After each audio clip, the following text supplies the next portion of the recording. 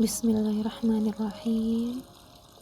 Assalamualaikum warahmatullahi wabarakatuh. Alhamdulillahi rabbil alamin. Wassalatu wassalamu ala asrafil anbiya'i wal mursalin Sayyidina Muhammadin wa ala alihi wa ashabihi ajma'in. Rabbi shrah li sadri wa yassir li amri wahlul 'uqdatam min lisani yafqahu qawli.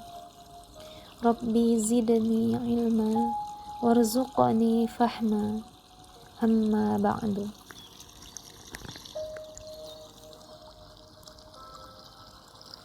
Teman-teman sekalian yang insyaallah dirahmati Allah, di sini saya mencoba untuk menyampaikan kembali ilmu yang sangat fundamental yang saya dapatkan di dalam kelas Inner Game Life Coach Academy. Dari 14 modul yang sudah kami pelajari, saya ingin menyampaikan kembali modul atau materi pembelajaran yang pertama, yaitunya The Basic of Inner Game, atau tentang fondasi untuk menata ruang batin kita, teman-teman.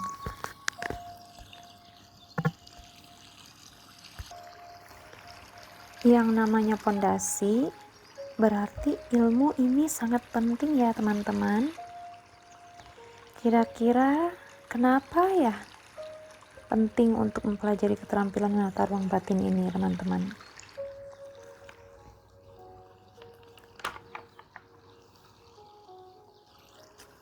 Mau tahu jawabannya?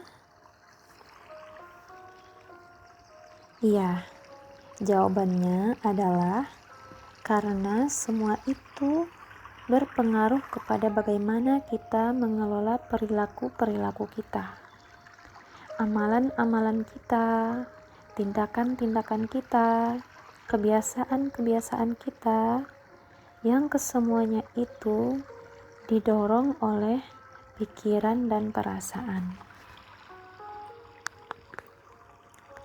Artinya apa, teman-teman? Artinya, kalau kita ingin tindakan ataupun perilaku kita lebih baik, maka kita juga perlu untuk belajar bagaimana mengelola pikiran dan perasaan kita agar lebih baik. Perilaku itu dipengaruhi oleh perasaan, teman-teman. Bagaimana perasaan kita itu berpengaruh kepada perilaku kita, dan perasaan itu muncul dari apa yang kita pikirkan, teman-teman. Dan apapun perilaku kita, tindakan kita itu berpengaruh pada hasil yang kita dapatkan. Perasaan kita itu tidak bergantung kepada kejadian yang di luar diri kita, teman-teman. Tapi perasaan yang muncul itu bergantung dari apa yang kita pikirkan terhadap kejadian itu.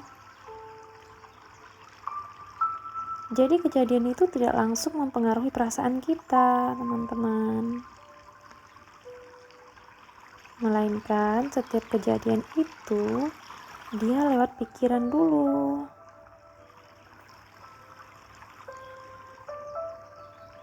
Kadang-kadang kita suka menyimpulkan perasaan kita itu dipengaruhi oleh kejadian yang ada, seakan-akan kejadian tersebut mempengaruhi perasaan kita. Padahal tidak, teman-teman. Kejadian itu lewat pikiran kita dulu, baru kemudian muncul perasaan kita terhadap kejadian tersebut.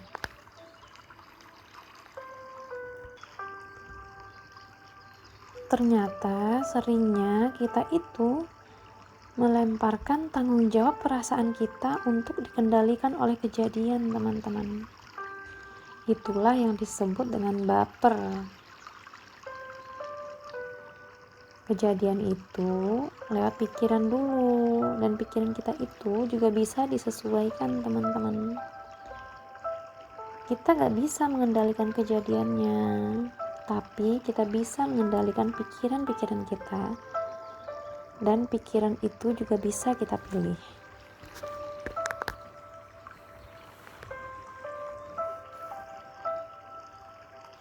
Ada 7 kaidah untuk menata pikiran dan perasaan kita itu, teman-teman.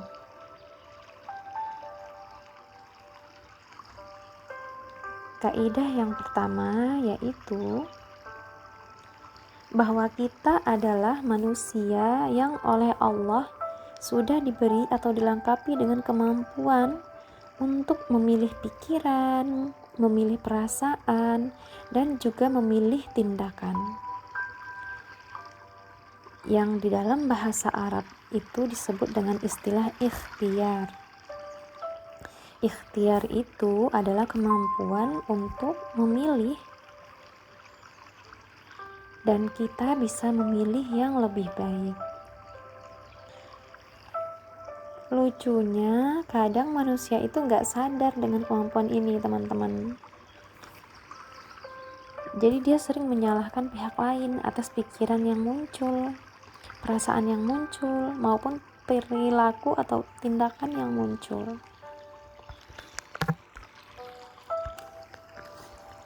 Kemudian kaidah yang kedua adalah kejadian atau situasi itu tidaklah sama dengan pikiran. Jadi bukan kejadian itu sebenarnya yang mempengaruhi perasaan kita, teman-teman, melainkan apa yang kita pikirkan tentang kejadian itulah yang berpengaruh terhadap perasaan kita. Jadi kalau kita ingin mengelola ruang batin kita agar lebih baik, kita perlu terlebih dulu mengenali bahwa kejadian itu berbeda dengan pikiran, teman-teman. Kejadian itu kan sesuatu yang terjadi di luar diri kita, sedangkan pikiran itu sendiri adanya di dalam diri.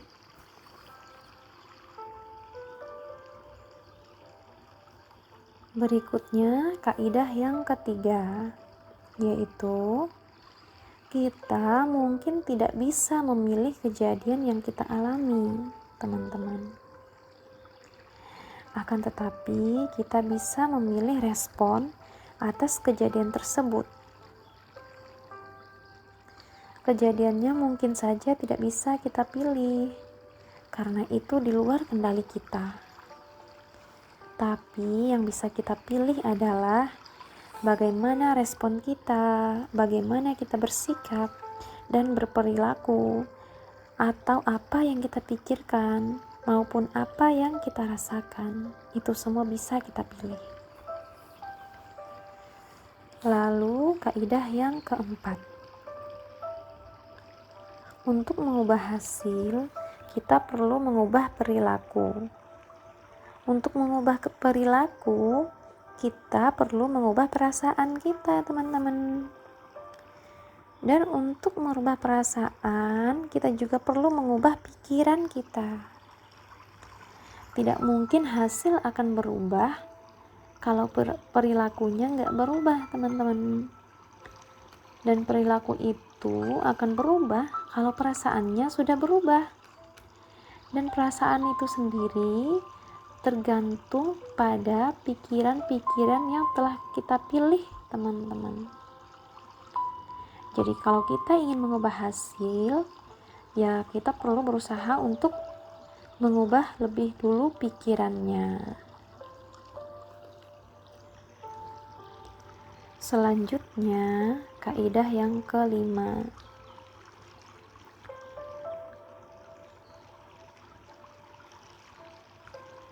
Agar mampu mengelola pikiran dengan lebih baik, mengelola perasaan dengan lebih baik, mengelola perilaku dengan lebih baik, kita perlu menyadarinya terlebih dahulu, teman-teman. Karena apa-apa yang tidak kita sadari itu tidak akan bisa kita kendalikan. Berikutnya, kaidah yang keenam. Meskipun hasil itu bisa dipengaruhi oleh perilaku, tapi kita perlu tahu, kita tidak bisa sepenuhnya mengandalkan hasil-hasil yang kita upayakan dalam hidup ini, teman-teman. Untuk itulah, dalam konsep tauhid, kita mengenal tawakal 'ala Allah, menyerahkan urusan kita kepada Allah, dan hasil itu pada akhirnya di luar kendali kita, teman-teman. Tugas kita memang mengubah apa yang bisa kita ubah, dan itulah ikhtiar. Tapi sang penentu hasil dari ikhtiar kita tersebut adalah Zat yang Maha Kuasa. Terakhir, kaidah yang ke-7. Jangan pernah mengandalkan diri sendiri ataupun kemampuan sendiri dalam mengelola pikiran, mengelola perasaan, mengelola perilaku kita, teman-teman. Kita perlu minta tolong kepada Allah, Rabb kita yang Maha Segala, pemilik diri ini yang bisa membulak-balikan hati. Tugas kita adalah beramal, berikhtiar, dan melakukan yang terbaik, teman-teman. Tapi jangan sampai kita bergantung kepada apa yang kita lakukan. Kita harus sadar bahwa dalam hidup ini tidak ada yang lebih kita butuhkan melebihi pertolongan Allah Subhanahu wa Ta'ala.